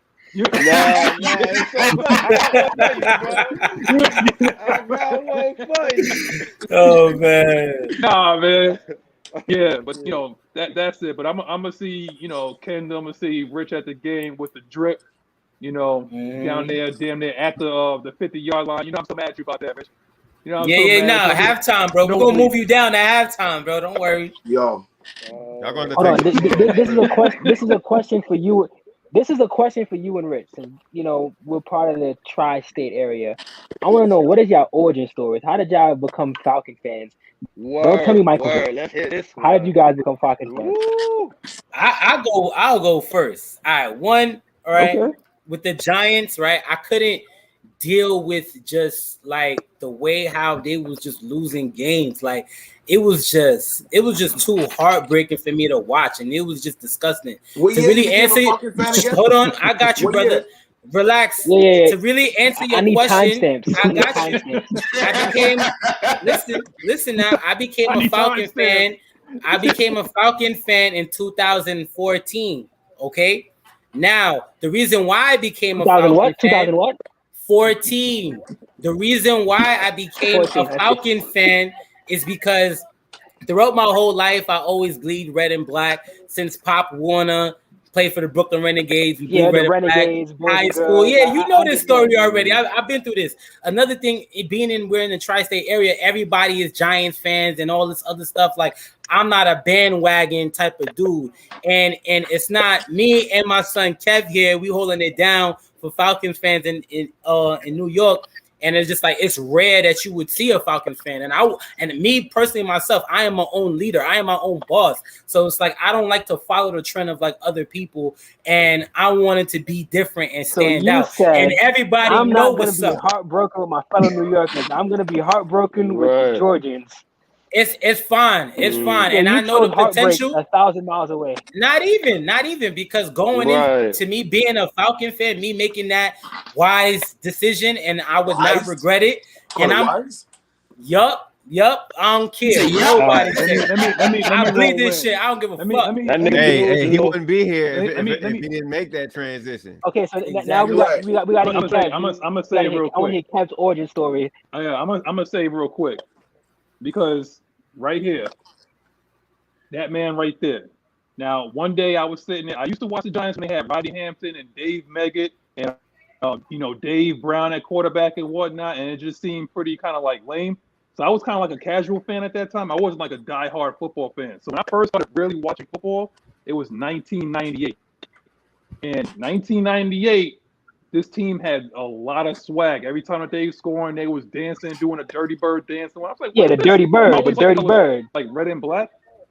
Yeah, so I'm sitting there, I'm like, what is this? And then I started following them, and then I just so happened to, because, up here in New York, you're not going to get a lot of, this is before direct TV and all this kind of stuff. So the only time that you would see the Falcons is like if they was like in the playoffs. So they just happened to be in the playoffs during, 1998 against the Minnesota Vikings. And I was sitting there going through it during that game. And I'm like, we ain't going to win. They got Randy Moss and Chris Carter, you know what I'm saying? This guy, I was like, we ain't going to win this game. They happened to go to the Super Bowl. And that's when I really started getting in. I was like, I'm just going to follow this team. This is why I want the team I'm going to be rocking with. So 1998. Now, I would also like to tell you, Deion Sanders really started getting me into wanting to play football. But 1998 was the team that I watched, and I'm like, I'm gonna rock with, this team for for the rest of my time. You know what I'm saying? It was the dirt. That's what it was. It was that stupid dance, that got me into it. But it was swag. That's what it was. It was the swagger, and I love that city too. I love everything about Atlanta, man. Like their swagger down there is sick. So I love that city. I love the people down there, all that, You love the women down here. That's what it is. Jumping, lemon pepper Lou, hot wings. Like, come on, bro. I can't wait. I can't wait to go to the stadium as well, because I know Arthur Blank, he's big for the fans and for the community and stuff. And I like what they do there. I went to Atlanta as well. I didn't have a chance to check the stadium out, but I definitely plan on catching the game down there and get that good fan experience over there in Mercedes-Benz. Oh yeah. Yeah. I respect a recent fan. No. I respect your story. You see how your story, it has reverence. It's taking me on a journey to Dirty Bird, the DBs, the swagger. I understand that. That has nothing to do with anything. Rich, you just said you were tired. You were tired of the heartbreak. If you became a fan in 2014, that means we're 2.5 years removed from the championship. No, that was just me watching football. Kendall is a attest to this, and you're a attest to this too. I was a fan of football, period. I looked at football just as in like it's any given Sunday. Look, it's any given Sunday. Like, what's the point of picking a team? This shit is just so hard. Anybody could pick. Until my college coach, my defensive coordinator, shout out to Coach Higgins, he told me, what's the point of being a football fan? That's the point. Like, it's so hard and all that stuff. So then during that time in 2014, that was my sophomore year in college, I was thinking like, hold on, I might as well like pick the team that I like, and then I can stick with where I'm not a bandwagon or not. And Kendall is attest to this. Are you not? I mean, yeah. On live? All right. Say That's what what you I'm said, saying. Rich. Also, it is not bandwagoning to cheer for your hometown team. It is not bandwagoning to cheer for your hometown team. There you go. Only if you feel like they have no wrong in them. You could be impartial. You could be a fan, but not be a fanatic. There's people that's like I said, Dallas Cowboy fans, where you can't say no wrong about their team. Oh, you know what I'm saying? Yeah. There's Knicks fans. New Yorkers were the opposite. No wrong about their team. And don't get it twisted New Yorkers too. were the opposite. Don't get it twisted. We can talk the worst. We can speak the worst. Hold on. We created the Bronx cheer. Remember, we boo our people. Wait. Have you spoken to Knicks fans, right? What's up? You know how some Knicks fans are, right? Oh no, of course. Right, they believe they win the chip every year. But New Yorkers, we're like, we can talk shit about our squad. You can't talk shit about our squad. Like the worst shit is gonna come from us versus other fans. I feel like it's the same way in Atlanta too, though. We dog talk. Some of our fans dog talk the shit out of our team. We keeping it G. You done heard some Falcons fans go crazy and spaz on Atlanta before. They talk smack about our quarterback because he's white. They talk smack about our quarterback because he's white. That's what it is. That's a tough one, That's bro. all it is. But but Twister, go ahead and finish it off, man. That was funny. I was gonna tell y'all, Picasso is from Brownsville, New York. I was gonna tell you that he's from Brooklyn too. But as far as the score, I like all y'all scores. I'm gonna say 31-24.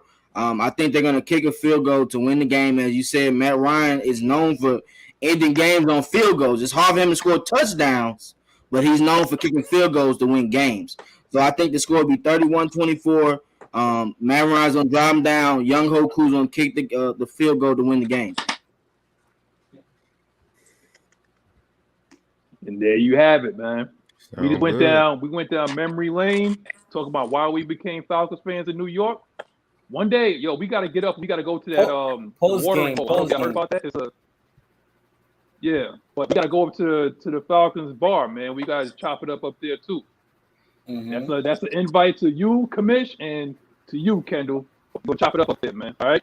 And for y'all that's going to down. the game tomorrow, y'all better have a blast. And y'all better take pictures too, man. I'll be drunk. Oh yeah. Okay. I don't know if y'all ever been to MetLife, right? I don't know if y'all ever been to MetLife. No, Chubbs. I don't know if y'all ever been to MetLife, but literally, as you make your way in, there's this place called the what is it called? It's called the Bud Light. It's called the Bud Light entrance. So when you go back there, you're gonna see like this little. Yeah, you're gonna see this silver shiny thing called the Lombardi. So you guys should definitely take a photo of that as you make your way in. Oh man, I like that. They said we gonna come back. They want us to come back after the game. Man. So after the game, we always do a post game anyway. So we're gonna have some of our other Falcons Fans Nations affiliates. They'll be on running a post game. I don't know if you'll be on there, J Rock. But we'll tune into that. Y'all prove it. Be on the lookout for that. Definitely be a post game. If y'all want to come in and y'all want to talk about it, see what happens after the game, y'all more than welcome to do so. So yeah.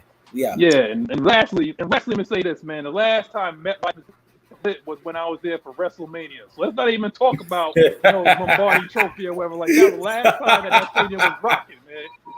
WrestleMania and John Cena was there. That was it. Oh man, y'all good people, man. Wow. It's okay. But that's what we want to go on that end.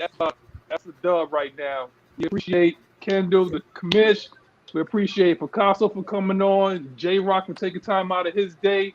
Rich, we in there, and of course we wouldn't be anything without the superstar above my head. Twisted, subscribe to their channels and. Oh yeah, definitely. Mr. Magnus, sign off. We're gonna see y'all tomorrow. Drunk as hell. Peace.